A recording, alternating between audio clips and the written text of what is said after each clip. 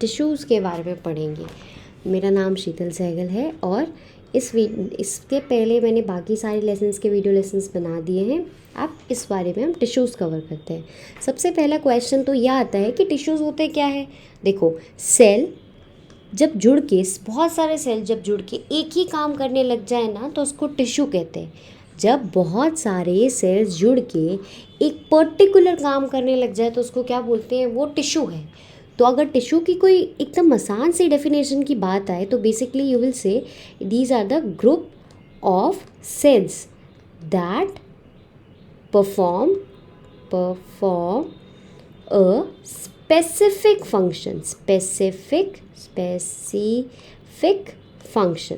ठीक है, जैसे तुम्हें पता है तुम्हारा ब्लड भी एक प्रकार का टिश्यू है और उसका काम क्या होता है, ब्लड का ऑक्सीजन ट्रांसपोर्टेशन करना, मेजर काम तो यही होता है।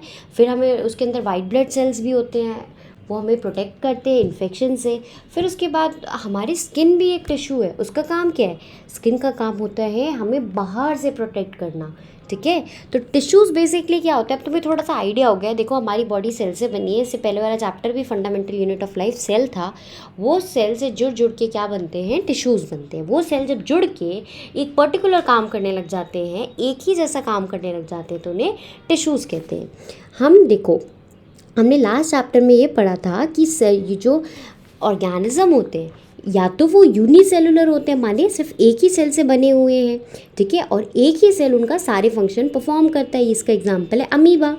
ठीक है, अमीबा के अंदर एक सिंगल सेल ही है जो सारा काम करता है, फूड को अंदर लेना, सारी मूवमेंट करना, और ठीक है, गैसियस एक्सचेंज करना। पर जब हम मल्टी सेलुलर ऑर्गेनिज्म की बात करते हैं, मल्टी सेलुलर ऑर्गेनिज्म जैसे हमारी बॉडी में कितने सारे सेल हैं, ये जो सेल्स होते हैं इन्हें स्पेशलाइज्ड काम दे दिया जाता है। जैसे तेरा काम है, चल इन सारे सेल्स का, जो पेट के सेल है वो डाइजेशन करेंगे, जो हमारे हार्ट का सेल्स हैं वो सारे मिलके पंपिंग का काम करेंगे, जो ब्लड के सेल्स हैं वो ट्रांसपोर्टेशन का काम करेंगे। अगर हम ह्यूमन बींग्स की बात करें, मसल सेल्स जो होते हैं कॉन्टैक्ट और रिलैक्स करते रहते हैं, मसल सेल्स के कारण मूवमेंट हो जाती है। नर्व सेल्स मैसेज कैरी करते हैं। नर्व सेल याद है तुम लोग को, एक नर्व का डायग्राम था ऐसा ऐसा करके।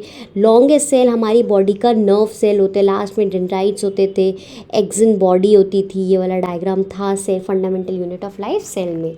तो ये कहना चाह रहे हैं हमारी बॉडी में हर अलग अलग काम को करने के लिए अलग अलग प्रकार के सेल्स हैं। ठीक है, a particular function is carried out by a cluster of cell, एक definite place of the body में। और इस क्लस्टर ऑफ सेल को क्या कहते हैं, टिश्यू कहते हैं। इस क्लस्टर ऑफ सेल को क्या कहते हैं, टिश्यू। एग्जाम्पल हो गया ब्लड और phloem. Mark this in your book, आप अपनी बुक में ये वाला पोर्शन मार्क कर लेना। चलो, नेक्स्ट सवाल आता है कि are plants and animal cell made up of same tissue. क्या प्लांट्स और एनिमल सेल सेम प्रकार के टिश्यू से बने हुए हैं।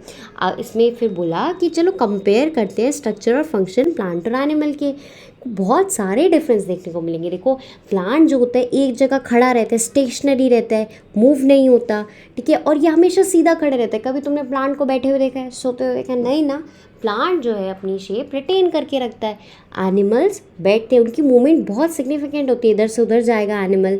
द सपोर्टिव टिश्यू सिस्टम में has generally dead cell. Again आप लोग इसको स्टार मार्क करो अपनी बुक में कि जो प्लांट के अंदर ये सपोर्ट जो प्रोवाइड कर रहा है, जिसके कारण से एक पेड़ हमेशा से खड़ा हुआ है, वो सपोर्ट किसके कारण से है, this is due to dead cell. Due to what, due to dead cell. Animal on the other hand move around. Animals move करते रहते हैं फूड के लिए, मेट्स मतलब अपने ऑपोजिट जेंडर के लिए, मेटिंग करने के लिए, बेबीज़ करने के लिए, शेल्टर के लिए, और काफ़ी सारी एनर्जी कंज्यूम करते हैं।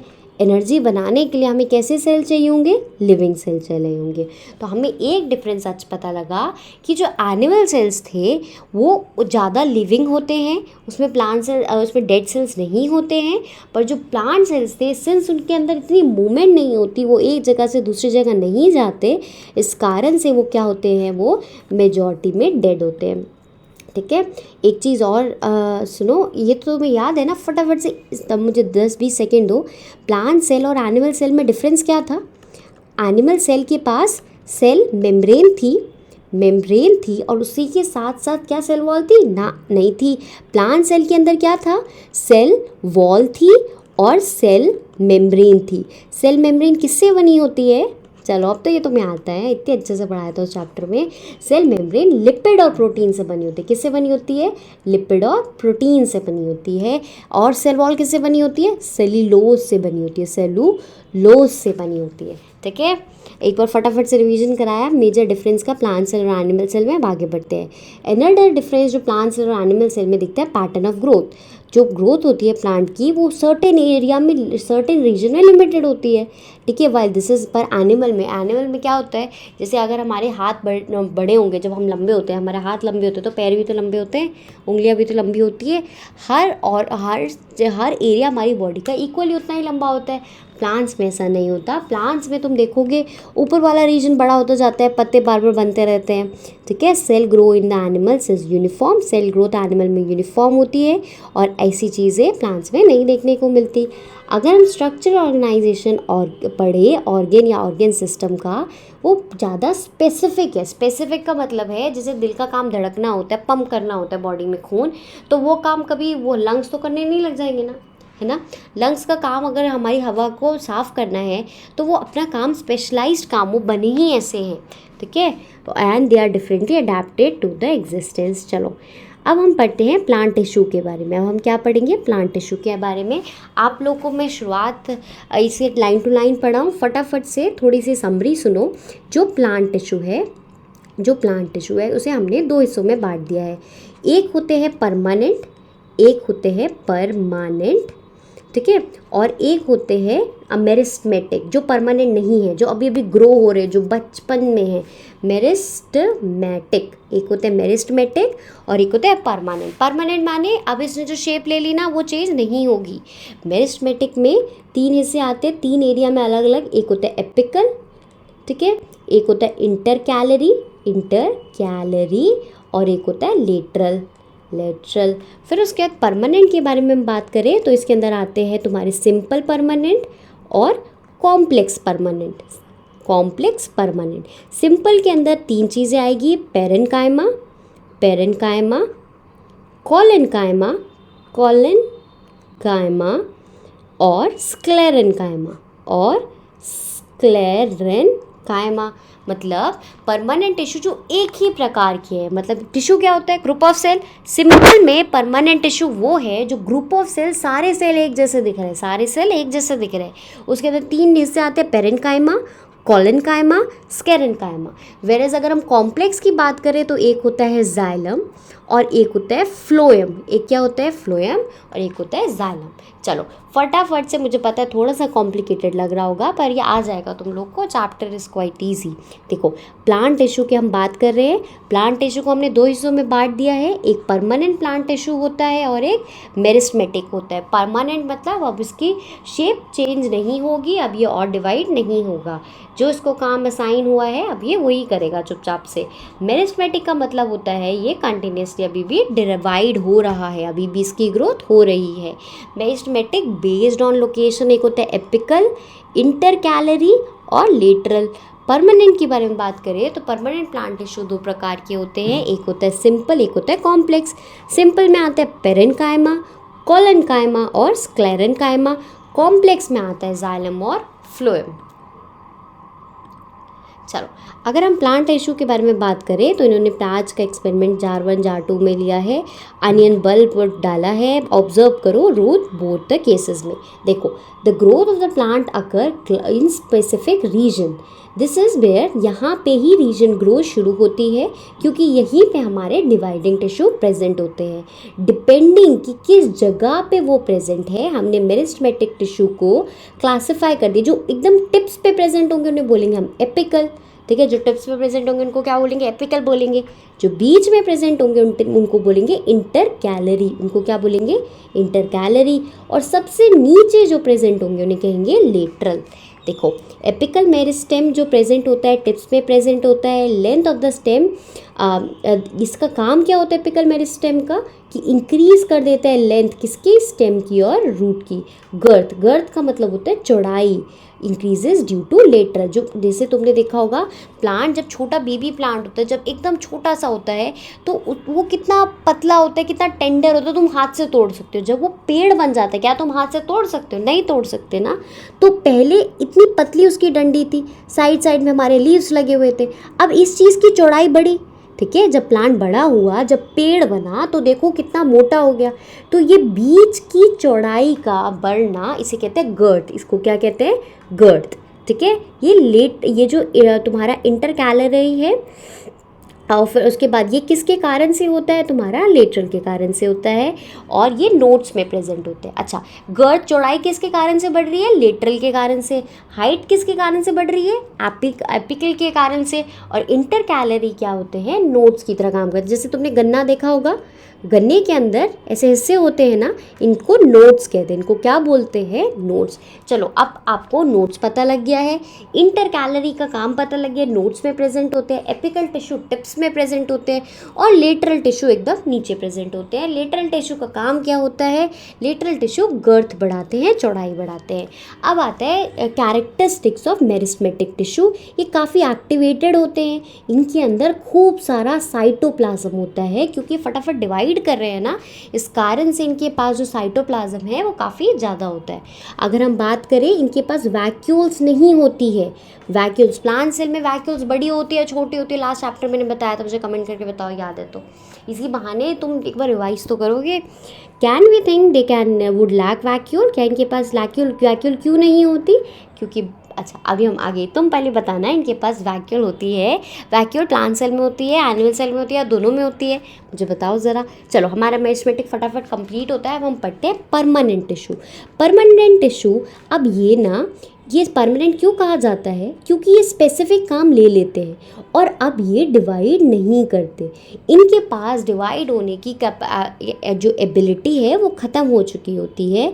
The process of taking a permanent shape, जो प्रोसेस जिसके कारण से ये परमानेंट शेप ले लेते हैं, परमानेंट साइज ले लेते हैं, उसको कहते हैं डिफ्रेंसिएशन। उसे क्या कहते हैं? डिफ्रेंसिएशन। तो यहाँ से आपकी पहली डेफिनेशन स्टार्ट होती है। मैं नोट्स में ऐड कर दूँगी, नोट्स आप मेरे टेलीग्राम चैनल से ले लेना, ठीक है।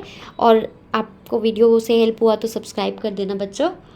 फर्दर आप लोग मेरे पर्सनल इंस्टाग्राम से भी जुड़ सकते हो, लिंक में डाल दूँगी, और मुझे लिख के बताना कैसा लगा। चलो, हम डिफ्रेंसिएशन पढ़ रहे थे। जब परमानेंट शेप और साइज़ ले लेता है एक परमानेंट टिश्यू, तो उसे कहते हैं डिफ्रेंसिएशन। उसे क्या कहते हैं? डिफ्रेंसिएशन कहते हैं, ठीक है। चलो, अब आगे पढ़ते हैं। सिंपल परमानेंट टिश्यू देख लो क्या बना हुआ है, ये स्टेम है। अच्छा देखो, मान लो ये डंडी है, ठीक है, डंडी, ये एक स्टेम है, यहाँ पे हमारे पत्ते उगे हुए हैं। स्टेम को मैंने खीरे की तरह काट दिया, तो एक जो गोल सी स्लाइस निकल के आएगी ना, वो है ये, ठीक है। ये जो डायग्राम बना है ना, ये जो कटी हुई पत्ती मतलब बीच का स्टेम का हिस्सा बना, उसका डायग्राम है। हम उसको ध्यान से पढ़ेंगे तो देखो, इसके अंदर ये चीज़ दिख रही है जो बार बार रिपीट हो रही है। अगर मैं इसी को बाहर लेके आ जाऊँ तो ये बनेगा। अब तुम्हें समझ आया किसका डायग्राम है? ये एक स्टेम को हमने खीरे की तरह काटा है, जो निकल के आया वो कुछ ऐसा था, हम उसकी स्टडी कर रहे हैं। अगर हम बात करें सिंपल परमानेंट टिश्यू की, तो सबसे ऊपर वाले हिस्से को, ये देखो यहाँ पे क्यूटिकल की लेयर होती है। सबसे ऊपर वाली लेयर किसकी है?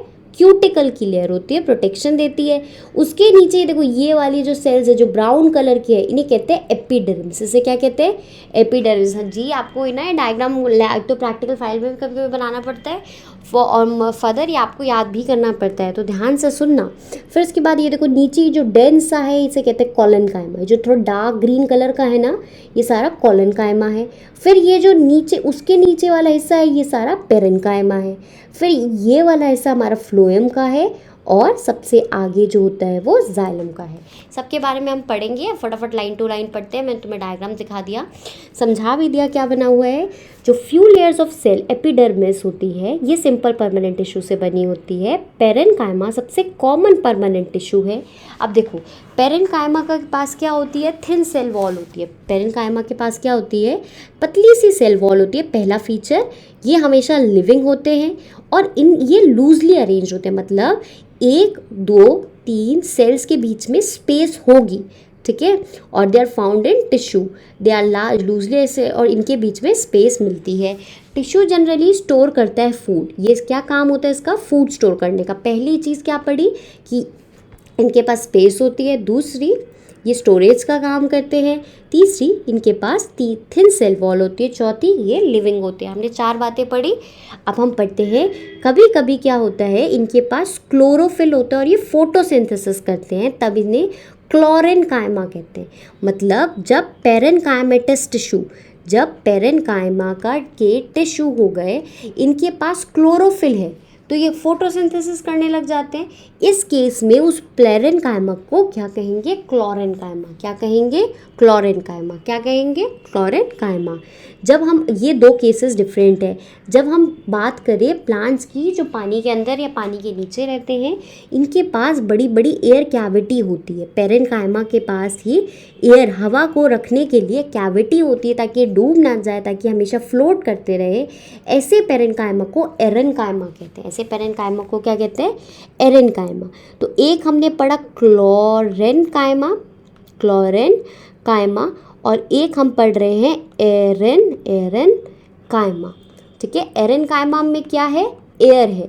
क्लोरेनकाइमा में क्या है? क्लोरोफिल है। दोनों किसके हिस्से हैं? पेरेनकाइमा के। दोनों किसके हिस्से हैं? पेरेनकाइमा के। Okay, am I clear? चलो आगे बढ़ते हैं।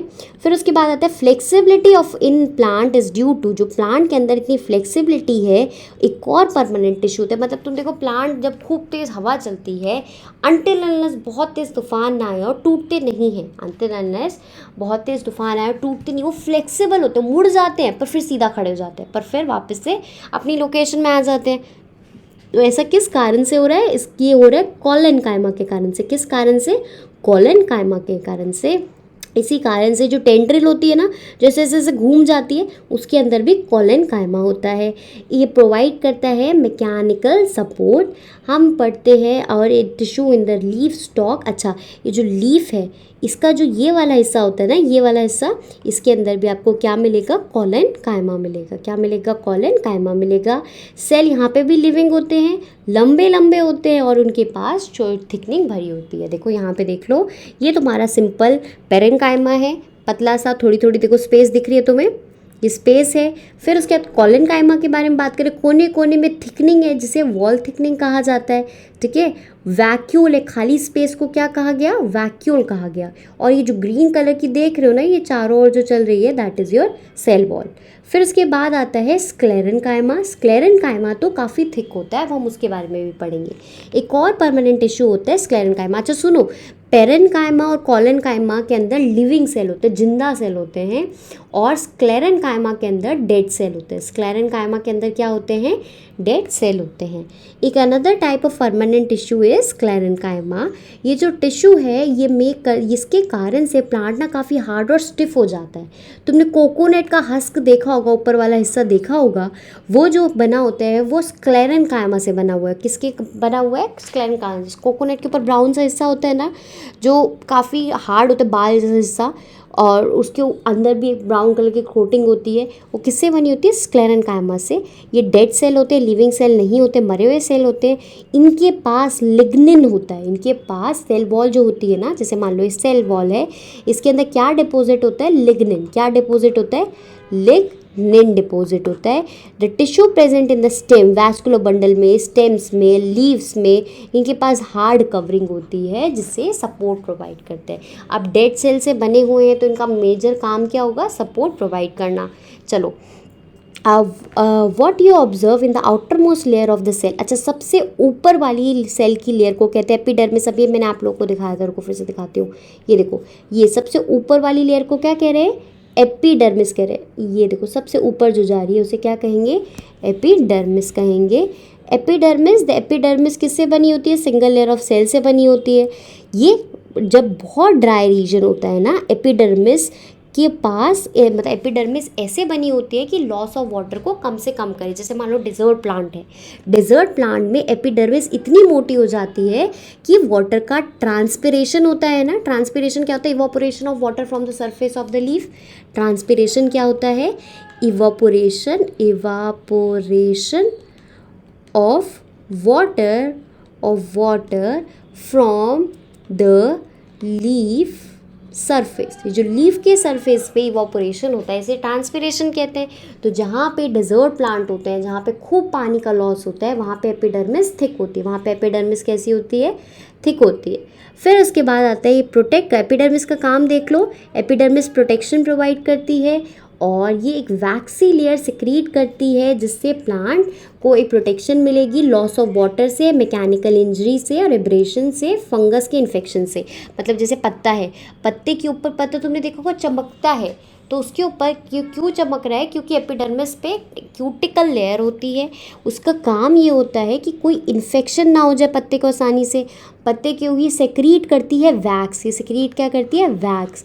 और इस कारण से पानी से भी रेजिस्टेंस, स्पेशली जो पानी में रहते हैं ना प्लांट्स, उसके अंदर ये होता है ताकि पानी ना चीज़ों को ज़्यादा देर तक कोई चीज़ पानी में रहेगी तो गलने लग जाती है, तो पत्ते वगैरह गले ना। इस कारण से एपिडर्मिस की एक अडेप्टेशन है कि वो वैक्सी लेयर को सिक्रीट करता है। फिर उसके बाद आता है एपिडर्मिस टिश्यू कंटिन्यूस लेयर का, इसके पास कोई इंटरसेलुलर स्पेस नहीं होती है। इंटरसेलुलर मतलब दो सेल के बीच की स्पेस नहीं होती है, ऐसे बैरल शेप होते हैं, ठीक है, एक दूसरे से सारे चिपके होते हैं। आउटर वॉल मोटी होती है और इनर वॉल थोड़ी सी पतली होती है। अब हम आगे बढ़े, हम पर देखते हैं छोटे छोटे पोर्स एपिडर्मिस। जैसे देखो ये एपिडर्मिस है, सबसे ऊपर वाली लेयर जो होगी किसी भी टिश्यू में एपिडर्मिस की होगी।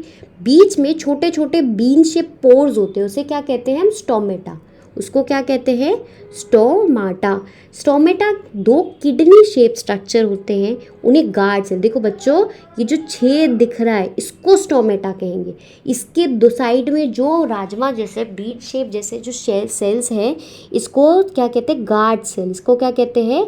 Guard cell. स्टोमेटा तो सिर्फ होल को कहते हैं, गार्ड सेल साइड वाले दो सेल्स को कहते हैं, ठीक है।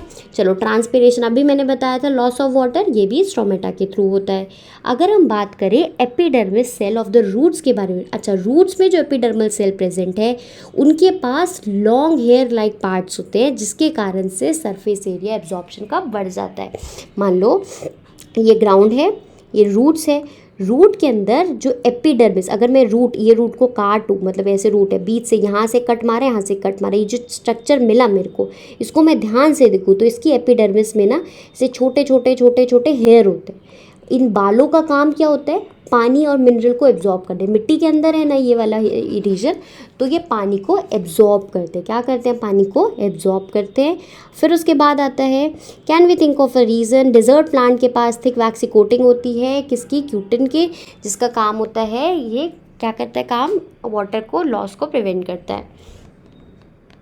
अगर हम बात करें ब्रांच की आउटर मोस्ट ट्री की, as the plant grow the outer का protective tissue undergo changes, strip of secondary meristem जो कॉर्टेक्स, अच्छा अब एक नई चीज़ आई कॉर्टेक्स के बारे में। कॉर्टेक्स के बारे में सुबरन डिपोजिशन देखने को मिलता है, जिससे ये किसकी बात, देखो ये मेरा पेड़ है, पेड़ की जो खाल होती है ना, जो बार्क जिसको हम कहते हैं, उस बार्क के बारे में अगर हम ध्यान से पढ़ेंगे तो बार्क किससे बनी होती है? स्क्लेरन कायमा से बनी होती है। किससे बनी होती है? स्क्लेरन कायमा से बनी होती है। स्क्लेरन कायमा कैसे सेल होते हैं? डेड सेल होते हैं। उनके अंदर कोई डिपोजिशन देखने को मिलेगा, किसका? सुबरिन का। बच्चों किसका डिपोजिशन देखने को मिलेगा?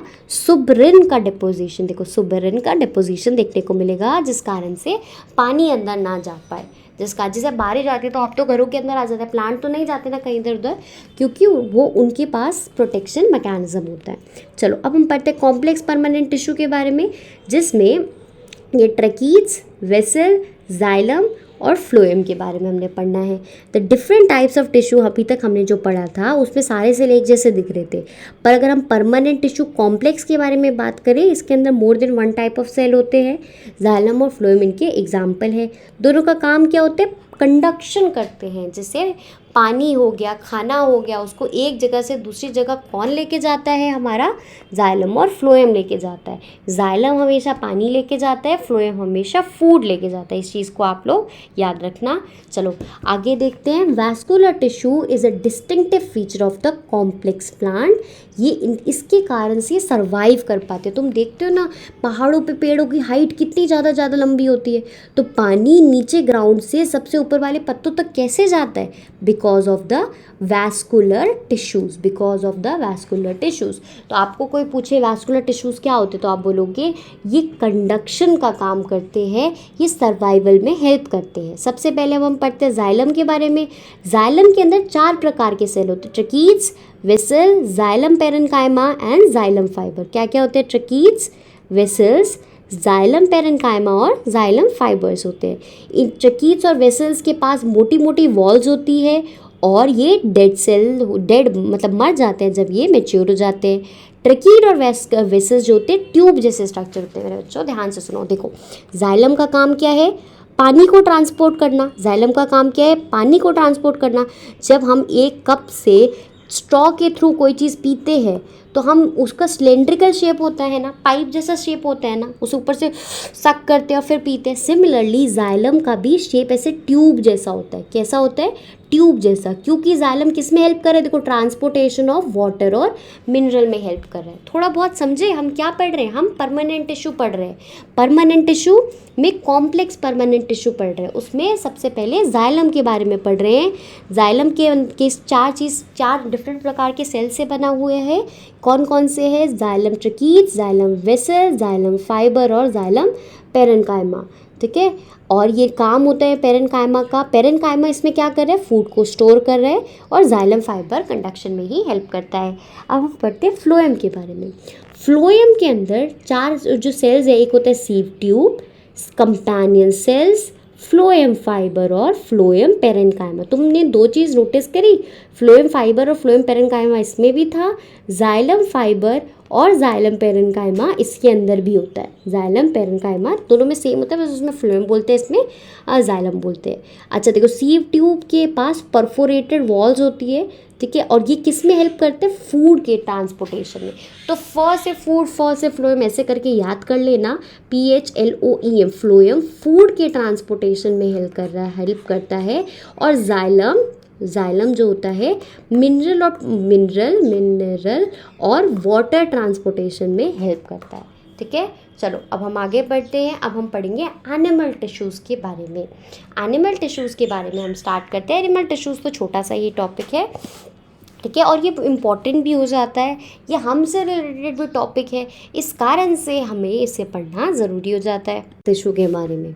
ठीक है, एनिमल जब हम सांस लेते हैं तो हम देखते हैं ना हमारा चेस्ट ऊपर जाता है। तुम ना सीधा लेट के सांस लेना और तुम फील करना चेस्ट, जब हम सांस लेते हैं खींचते हैं अंदर, तो चेस्ट की मूवमेंट कैसे होती है, हमारी छाती जो चेस्ट वाला एरिएशन है उसकी मूवमेंट कैसे होती है? ये मसल सेल्स के कारण होती है। मसल सेल्स के कारण कॉन्ट्रैक्शन और रिलैक्सेशन देखने को मिलता है। ठीक है, चलो जब हम सांस लेते हैं, जब हम इनहेल मतलब ऑक्सीजन अंदर लेना, it is absorb in the lungs and then it is transported to all the body cells. जो ऑक्सीजन होता है हमारे लंग्स में एब्जॉर्ब किया जाता है और फिर पूरी बॉडी में उसको ट्रांसपोर्ट करा जाता है। मतलब तुमने सांस ली तो ऑक्सीजन कहाँ जाता है? लंग्स के पास जाता है। लंग्स में क्या होते हैं? लंग्स में एल्वियोलाई होते हैं, एल्वियोलाई होते हैं। ये एल्वियोलाई क्या करते हैं? ये जो ऑक्सीजन आया है ना, इसको लेके ब्लड को दे देते हैं। किसको दे देते हैं? ब्लड को दे देते हैं। ब्लड क्या करता है? ब्लड लेके जाता है दिल के पास, ब्लड लेके जाता है हमारे हार्ट के पास लेके जाता है, और हार्ट फर्दर इसको, ये मेरा वो गोल सा हार्ट है यार, ये मेरा हार्ट है, ठीक है, सॉरी ऐसे ही बना देती हूँ, ज़्यादा अच्छे समझ आएगा। हार्ट के पास लेके जाता है, फिर हार्ट इसे पूरी बॉडी में ट्रांसपोर्ट कर देता है। तो इससे तुम्हें समझ आया कि हर किसी का अपना काम था, एल्वियोलाई का अपना काम था। जस्ट अ मिनट, हाँ, और फिर उसके बाद हार्ट का अपना काम था। तो फंक्शन ऑफ माइटोकॉन्ड्रिया, तो इसमें हम ये चीज़ समझ रहे हैं कि एनिमल सेल में हर टिश्यू का अपना काम होता है। अगर हम माइटोकॉन्ड्रिया के बारे में पढ़े तो माइटोकॉन्ड्रिया का काम क्या था? एनर्जी प्रोवाइड करना। ब्लड फ्लो होता है एक जगह से दूसरी जगह पे और अपने साथ लेके जाता है ऑक्सीजन, ठीक है। इट ऑल्सो, ये कलेक्ट करता है वेस्ट सारी बॉडी से और and carries them to kidney, liver and kidney. मतलब ब्लड का काम क्या होगा? ऑक्सीजन दे देता है सबको, ले लो ऑक्सीजन ले लो, यूज़ कर लो, और फिर वो वापस में ऑक्सीजन लेने के बदले में सारा वेस्ट मटेरियल ब्लड को दे देते हैं। ब्लड उठा के लीवर और किडनी के पास जाता है, जो कि उन गंदगी को सफाई कर देते हैं, ठीक है, समझे। ऑक्सीजन लेके चला ब्लड, दिया उसने ऑर्गेन्स को, ऑर्गेन्स ने ऑक्सीजन यूज़ कर लिया और इसको वापस दे दिया किस ब्लड को? क्या दे दिया? Waste material. क्या दे दिया? वेस्ट मटेरियल दे दिया, चलो अब हम पढ़ते हैं, आगे से पढ़ते हैं। Blood and muscles are both example of the tissues जो हमारी बॉडी में मिलते हैं। On the basis of the function they perform हम different types of animal tissue के बारे में पढ़ेंगे। सबसे पहला एनिमल टिश्यू होता है एपिथेलियल टिश्यू। एपिथेलियल टिश्यू जो होता है ये कवरिंग और प्रोटेक्टिव टिश्यू होता है एनिमल बॉडी में। एपिथेलियल टिश्यू का काम होता है, जैसे एपिडर्मिस थी ना, एपी का मतलब होता है ऊपर, एपी का मतलब क्या होता है ऊपर, तो जब एपिडर्मिस बोलेंगे तो प्लांट्स की बात करेंगे, जब एपिथेलियल टिश्यू बोलेंगे तो एनिमल्स की बात करेंगे। इसका भी काम क्या होता है, कवरिंग प्रोवाइड करता है और प्रोटेक्शन प्रोवाइड करता है। प्लांट्स में एपिडर्मिस भी सेम काम कर रहा था। एपिथेलियल सारे ऑर्गन्स को कवर करके रखता है और एक बैरियर बना के रखता है, सेपरेशन। जैसे पॉलीथीन होती है ना, तुमने मान लो 4 सब्जियां फ्रिज में डालनी है तो तुम पॉलीथीन में डालोगे, थोड़े से एक में डालोगे, तुम्हारे टमाटर एक में डाल दिए तुमने, भिंडी एक में डाल दी तुमने, बैगन, तो पॉलीथीन ने सबको सेपरेट कर दिया। एपिथेलियल से टिश्यू भी ये सेपरेशन का काम करता है। क्या करता है, सेपरेशन का काम करता है। ये टाइटली पैक्ड होता है, कंटिन्यूस शीट बना देता है और इनके पास सीमेंटिंग एजेंट होते हैं। कोई स्पेस, सीमेंटिंग एजेंट मतलब ये चिपके रहते हैं एक दूसरे से, इनके पास स्पेस भी नहीं होती है और ये कवरिंग बनाते हैं। As a result permeability of the cell various epithelial tissue is important role, और ये एक्सचेंज ऑफ मटेरियल में भी इंपॉर्टेंट रोल प्ले करता है। मतलब जैसे मान लो ये तुम्हारा कोई भी, और ये स्टमक है, स्टमक के चारों ओर एपिथेलियल टिश्यू है, तो स्टमक की कवरिंग से बाहर क्या जाना चाहिए क्या नहीं जाना चाहिए, इन सब का रेगुलेशन भी यही करते हैं। रिगार्डलेस इसका टाइप, सारे एपिथेलियल टिश्यू अंडरलाइन टिश्यू से एक फाइब्रस बेसमेंट मेम्ब्रेन से सेपरेटेड होते हैं। फॉर एग्जांपल मान लो ये पेट का सरफेस है, मतलब ये तुम्हारा स्टमक है, स्टमक में आलू जैसा बना रही हूँ, मुझे इसका माफ़ करना। देखो इसके ऊपर एपिथेलियल टिश्यू की एक लेयर होगी। किसकी लेयर होगी, एपिथेलियल टिश्यू की, एपिथेलियल टिश्यू की एक लेयर होगी और बीच में एक बेसमेंट मेम्ब्रेन होगी। बीच में क्या होगी, बेसमेंट मेम्ब्रेन, बीच में क्या होगी, बेसमेंट मेम्ब्रेन होगी। ठीक है। डिफरेंट एपिथेलिया के पास डिफरेंट स्ट्रक्चर होते हैं जो उनकी यूनिक फंक्शन से कोरिलेट करते हैं। फॉर एग्जांपल जब हम cell lining the blood vessels of alveoli, transportation of substances, अच्छा इसने बोला है डिपेंड कर रहा है ये एपिथेलियल टिश्यू कहाँ प्रेजेंट है, उसी हिसाब से इसका स्ट्रक्चर होगा। डिपेंडिंग ये एपिथेलियल टिश्यू कहाँ प्रेजेंट है उसी हिसाब से इसका स्ट्रक्चर होगा।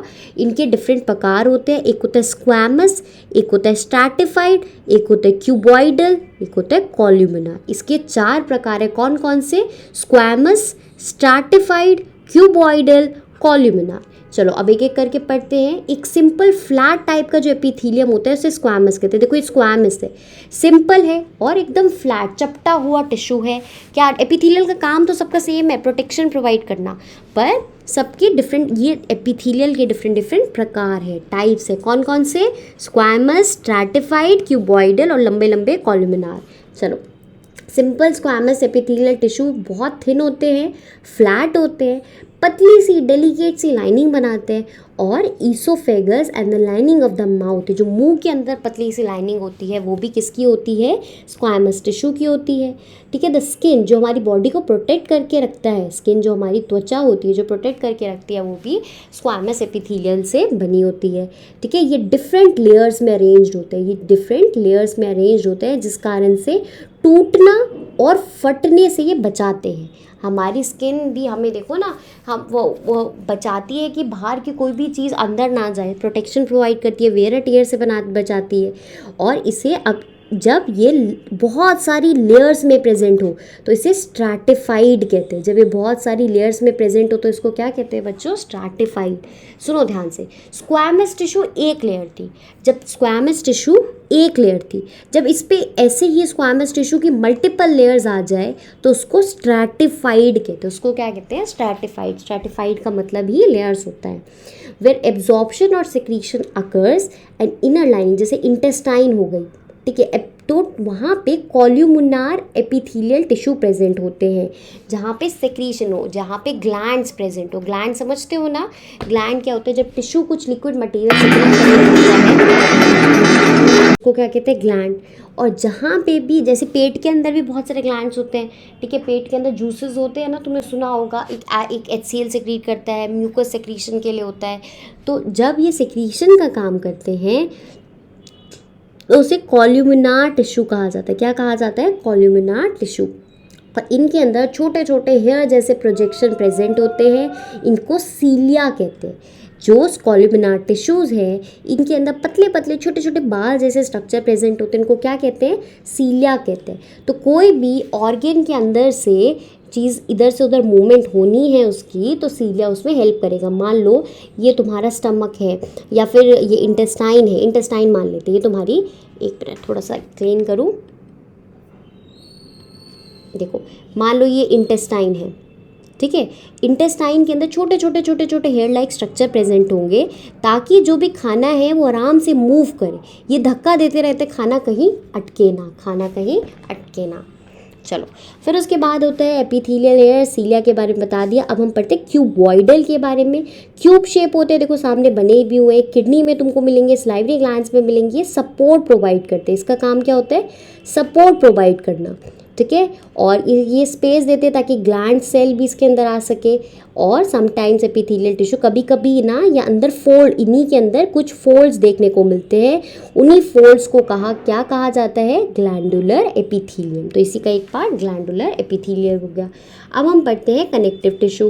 कनेक्टिव टिश्यू एक जगह से दूसरी जगह को कनेक्ट करके रखने वाले हैं, ठीक है। The cell of the connective tissue, यहाँ के सेल बहुत लूजली पैक्ड होते हैं और उनके पास एक मैट्रिक्स मतलब एक मीडियम प्रोवाइड करते हैं। कनेक्टिव टिश्यू काइंड ऑफ एक मीडियम प्रोवाइड करते हैं। ये कभी कभी डेंस होता है, टाइट होता है, कभी जेली जैसा होता है, कभी टाइट होता है, कभी जेली जैसा होता है। अगर हम बात करें ब्लड के बारे में, ब्लड के पास फ्लूइड होता है, इसे कहते हैं प्लाज्मा। ब्लड के पास जो फ्लूइड मैट्रिक्स होता है उसे क्या कहते हैं? प्लाज्मा। ब्लड के अंदर देखो तीन चीज़ें होती है, ब्लड के अंदर तीन चीज़ें होती है। ब्लड का जो मैट्रिक्स है उसे प्लाज्मा बोलेंगे।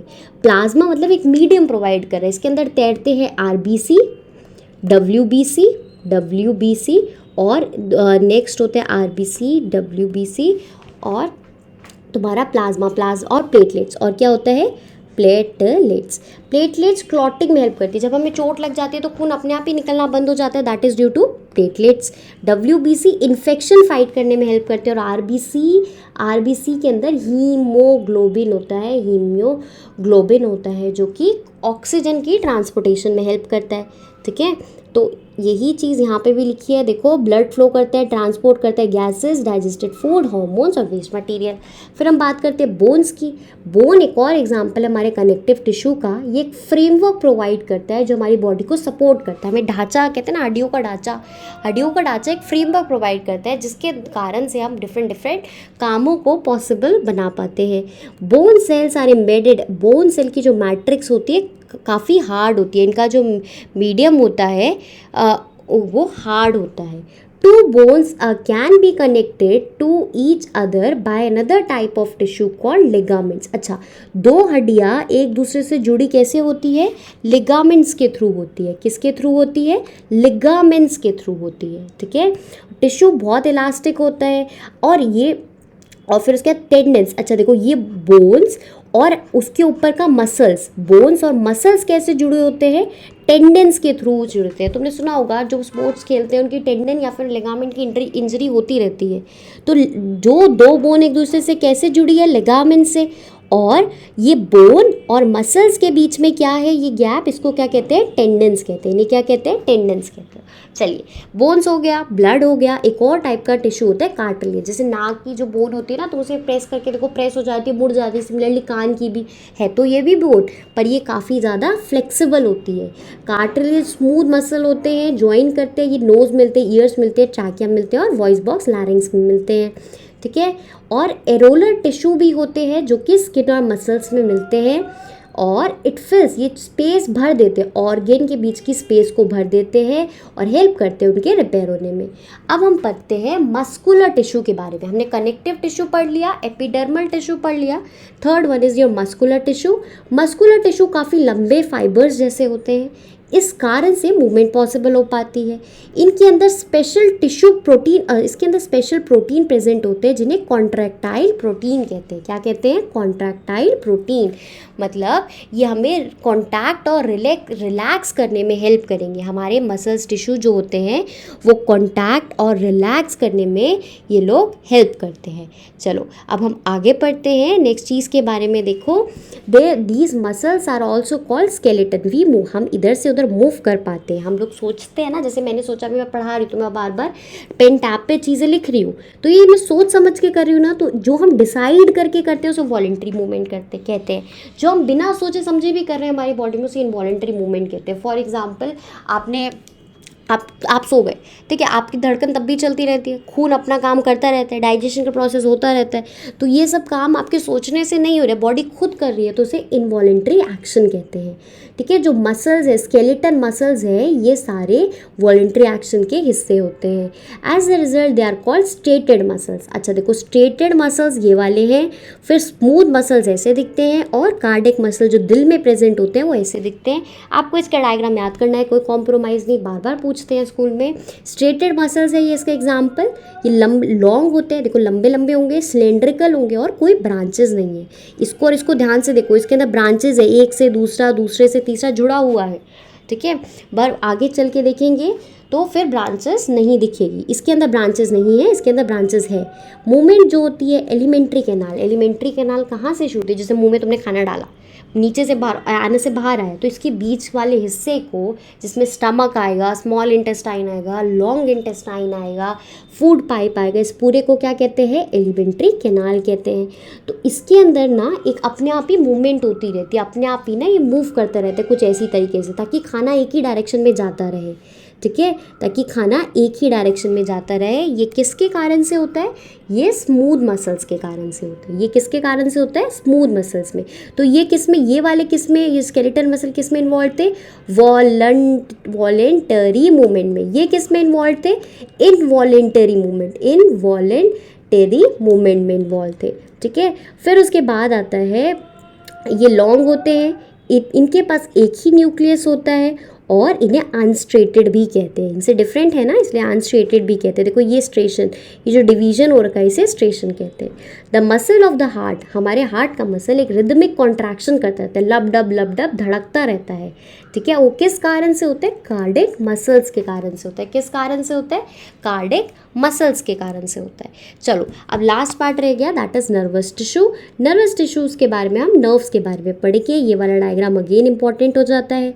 हम कोई भी देखो, the cell of this tissue are called nerve tissue. Nerve cell को न्यूरॉन भी कहते हैं। तो draw variable diagram of neuron आया, तो आपको ये बनाना है।